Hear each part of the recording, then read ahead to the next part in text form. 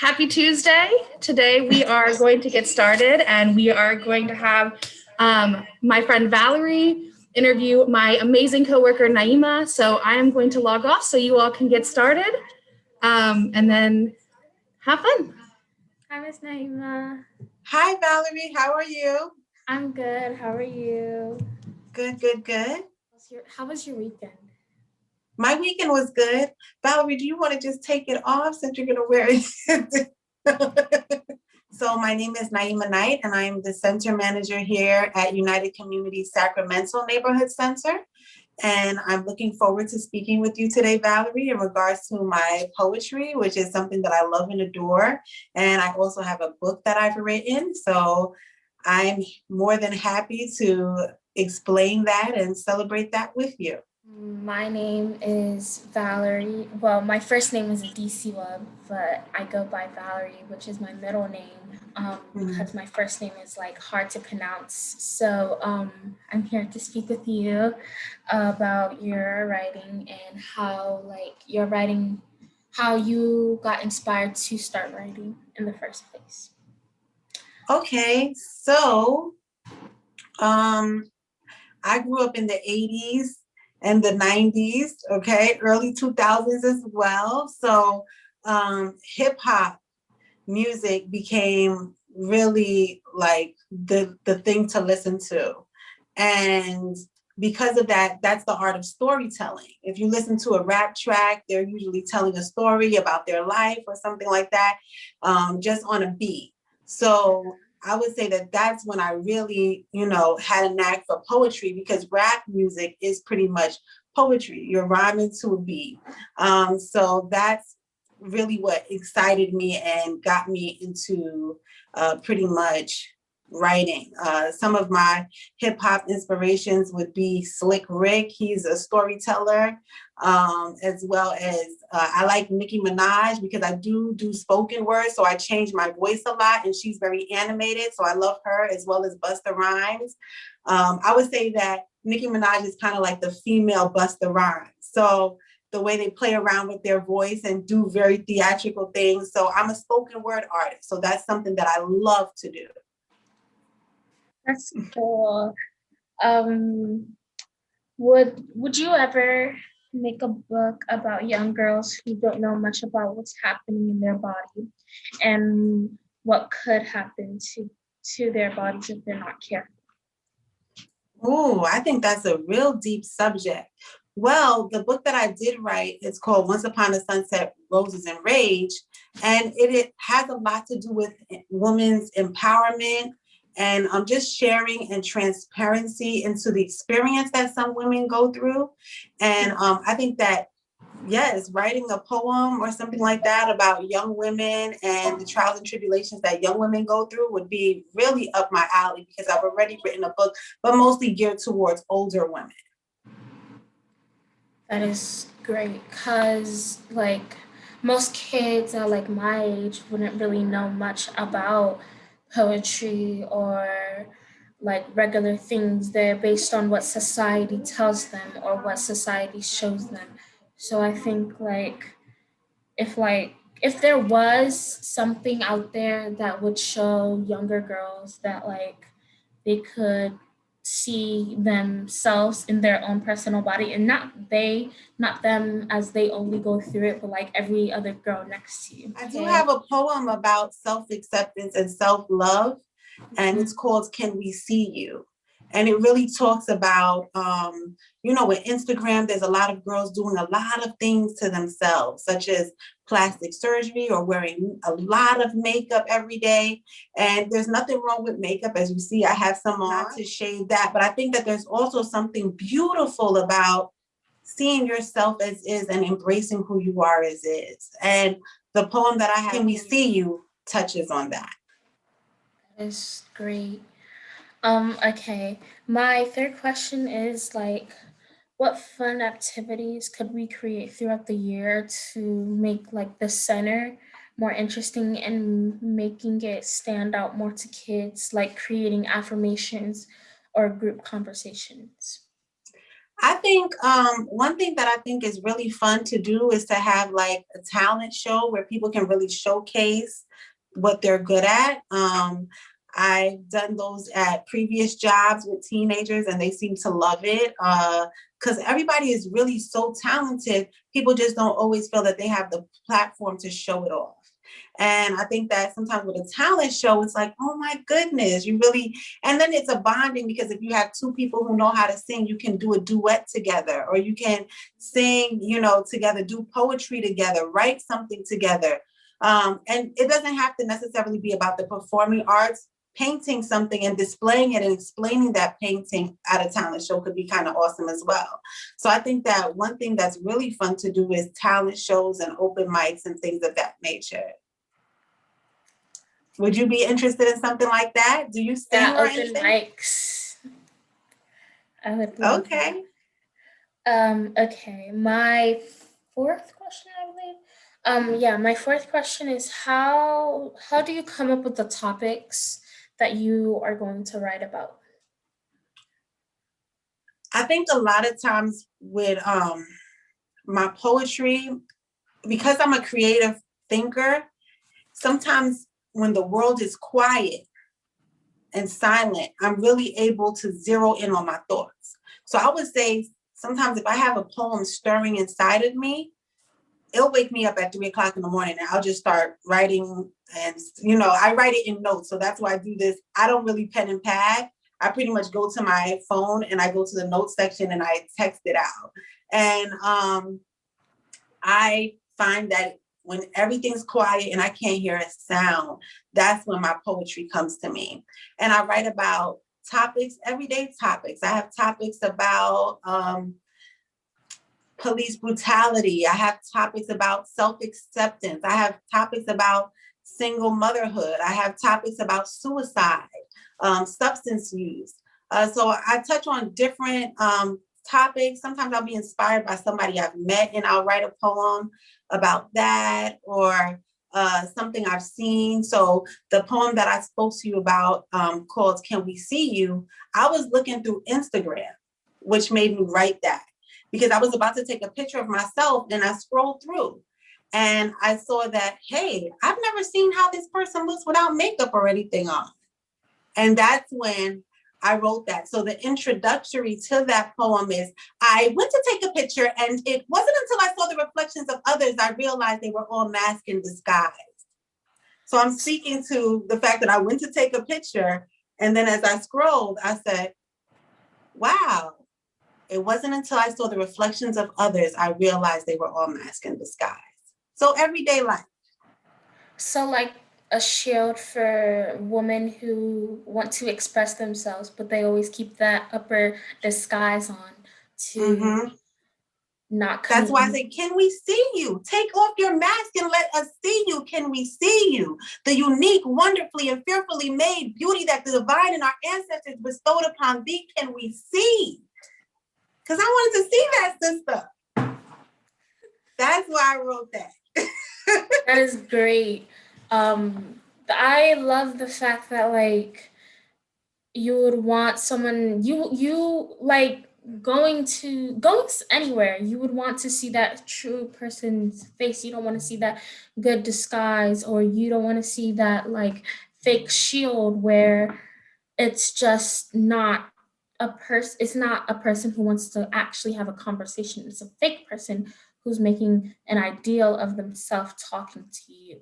Mm-hmm. So because we can't be perfect all the time. True. Right? And if you have a scar and you look at that scar, you're like, listen, that represents a time I was hurt, but I healed. So if you cover all your scars up and cover yourself up so much, you don't get to see your healing. Sometimes we got to put that healing on the spotlight. Mm-hmm. My favorite YouTuber, Damian Prince, he's a true, like a real inspiration to me because he's told me pain is only temporary. So meaning like no matter what scars or no matter what hit you get, don't only just put up that shield, because that shield is only temporary. It doesn't stay. So speak on it. Okay, speak on it. So my other question is like the way you put your writing in, what point of view do you put your writing in? Like first person, second person, or third person? I would say that changes depending on what I'm talking about. So there's times I put it on first person, I talk about myself. And there's times that I'm talking about somebody else and I'll speak as if I'm them. So it depends on the style of the poet, the poem rather. So it depends on that style. So if you were writing about, but a lot of it I would say is first person. that's great. So you would, if you had a topic about gum, like let's say you were writing about gum, what would your poem be like? Or how So would it because I do spoken word, a lot of times, are you familiar with the difference between spoken word and poetry? Not really. Okay, so a poem typically is meant to be read. Mm-hmm. So when you see a poem and somebody says, I'm a poet, that doesn't necessarily mean that they perform it. That means that they might type it or write it down and they expect somebody to read it. A spoken word artist is somebody who performs their poetry. So they write with the idea to perform it. So because of that, if I was writing about bubblegum, I would then have to create the essence of me chewing bubblegum. So I might say, bubblegum, I love it, I can't stop. I chew it until it goes pop. Pop. Right? So I just make that up off the side of my head because I want, when I perform the art, I'm not just performing it for you to read it. I want you, not that you can't feel it when you read it, but I'm thinking about an audience. Yes. Right? So I want people to feel like they have a big bubblicious bubble gum, a big wad of it that they can't chew, right? And they enjoy. See a big bubble of bright pink bubble gum. So I'm going to try to say it in a theatrical way so that person really gets the essence of it. Because I feel like people, like when they just see poetry, I feel like people see it as words and not the essence or like the true meaning, the message, the theme. Right. Yeah. Right. So in some poems, I'll speak really fast at parts. Sometimes I'll speak really slowly, or sometimes I'll laugh, in the middle of the poem if I'm trying to create a spark of laughter. So it all depends on the style of the poem that I'm trying to do. Sometimes you'll repeat words. So that's another form of spoken word art. So you're familiar with Twinkle, Twinkle, Little Star, right? So you could go, twinkle, twinkle, little star, how I, you were so bright in the sky, So you see how I switched it up? Yeah. Because I'm thinking about a performance. So it's a little different. Twinkle, Twinkle, Little Star on its own, a nursery rhyme is a poem. Oh, okay. So, spoken word is like basically speaking, giving more essence to the poem. Regular poetry is explaining what the poem's about, kind of. Right, it's in written form. So written form. Spoken word is the theatrics of the poem. Mm-hmm. And poetry is pretty much the poem. And people sometimes, even written poets, they might change the lines or the style. Have you ever seen poetry and it's written and the way the text is formatted? You can see like a heart. That's a certain style of written poetry because they want you to feel like this poem is about love. So they're trying to bring that in the way it's formatted. With spoken word, they would bring that to you and say, this made me feel so good inside, I could not hide. So they're going to come up with colors of the tone that they use in order to display that this poem is about love. Okay. So they're like formatting the colors in the tone of the way they're writing the poem. Ba-dum-bum. Thank you. My last question is that, does your writing help people? For instance, does your writing give the exact meaning, or does it change the level of what people think? I think that I have some poems that I have a poem about suicide.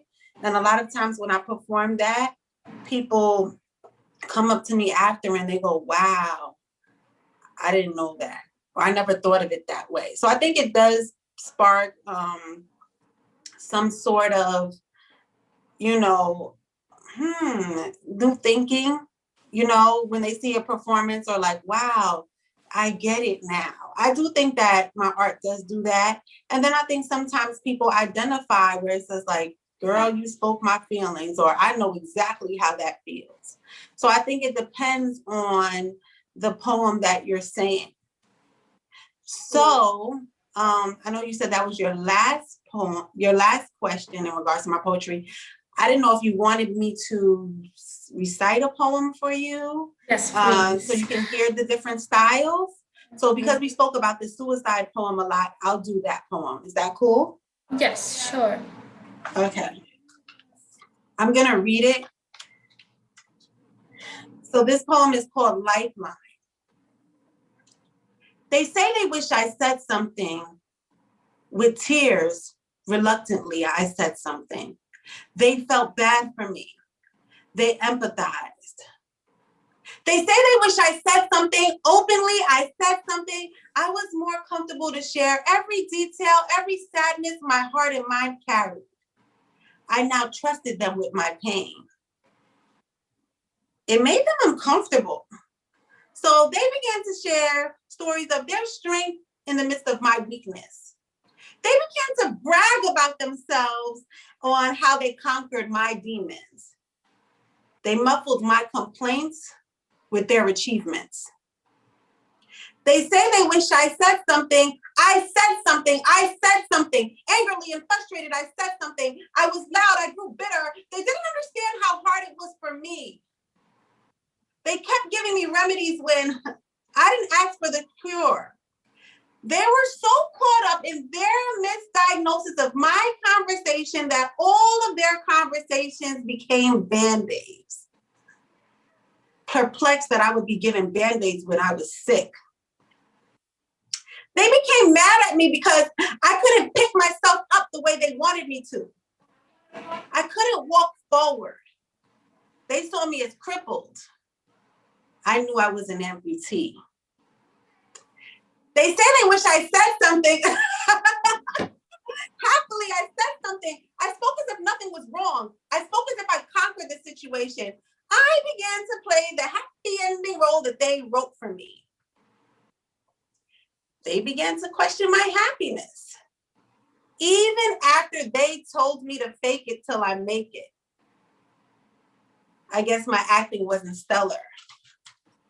I was confused.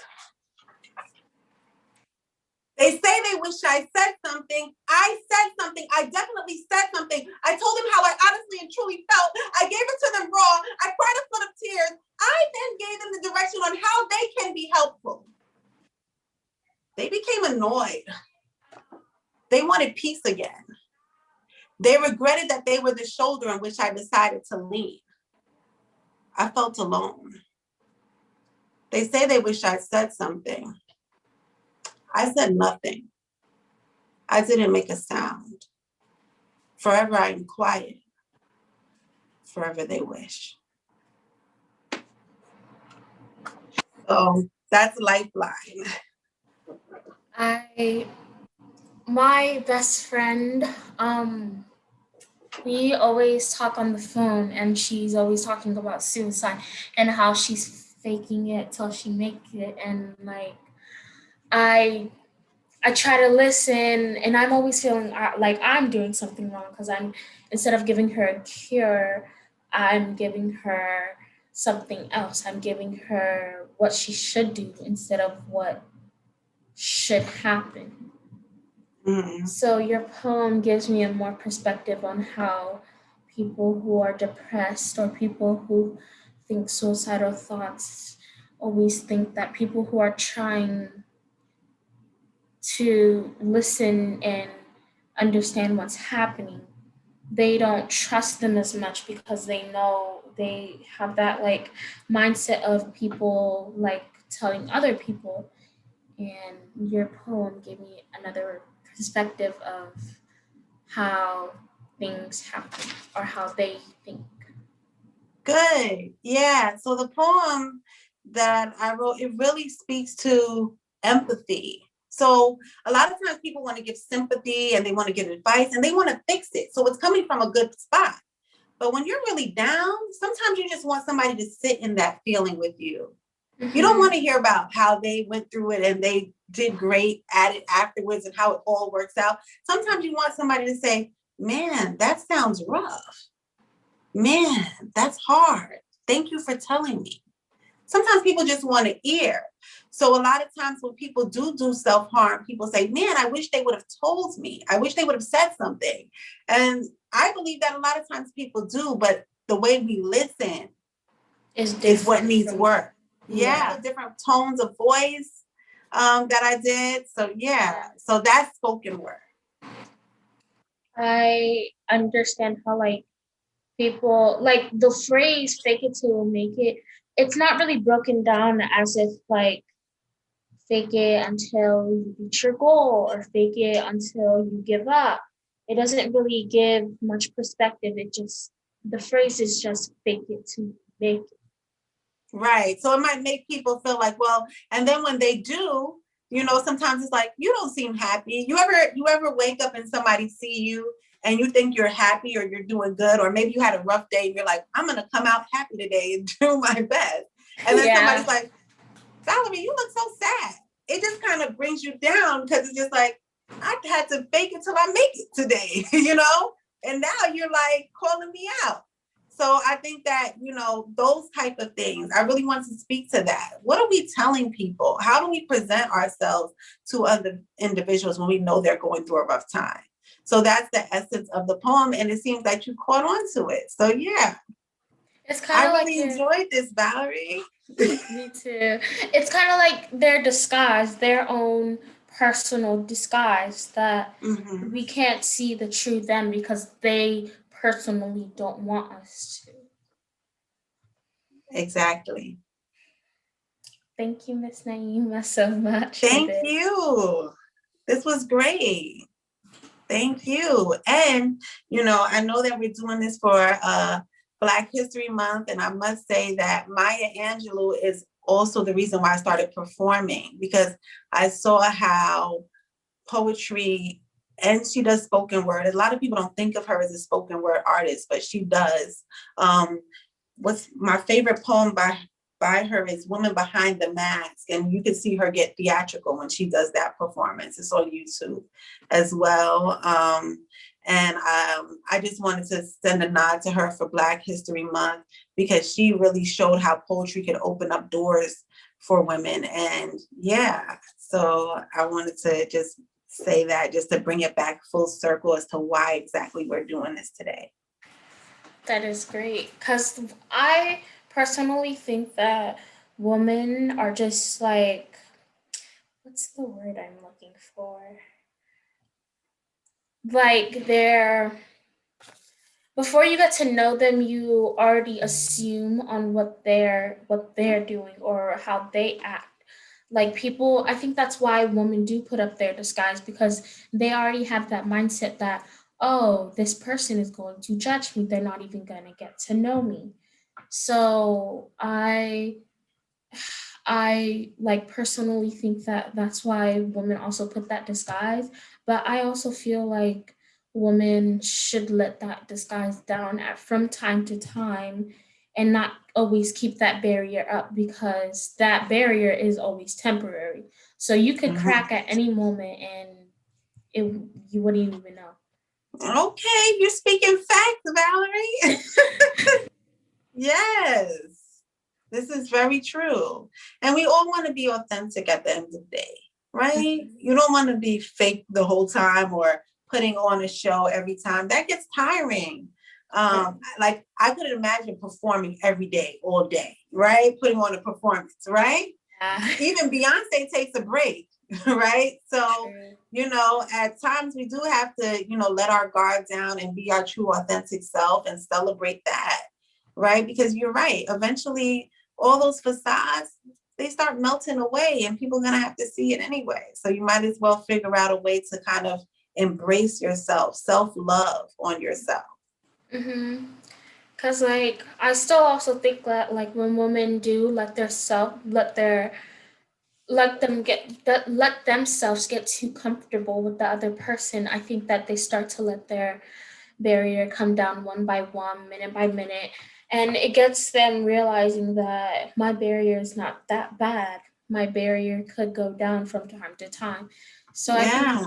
women need to understand the fact that don't always keep that barrier up because it's always going to be temporary. So what you should do is don't you assume as if the world is going to hate you, but don't let your mindset assume that the world will not like you. Because people want you flaws and all, right? They will embrace you flaws and all. As long as you stand in your truth and who you are, people will embrace it. True. They have no choice to then, right? Yeah. That's right. If I want to shave my hair bald and just show up, you have no choice. You're going to have to embrace it's how I wear it. Now, if I walk around and I'm like, oh, I hate that I cut all my hair off, then people will embrace me as such. But if I'm confident and I'm standing tall in it, I'm like, yes, I love this. They got to embrace it. They got no choice then. That is true. Thank you, Well, Miss thank Amy. you. Thank you so much for having this conversation with me about poetry. It opens my mind so much more.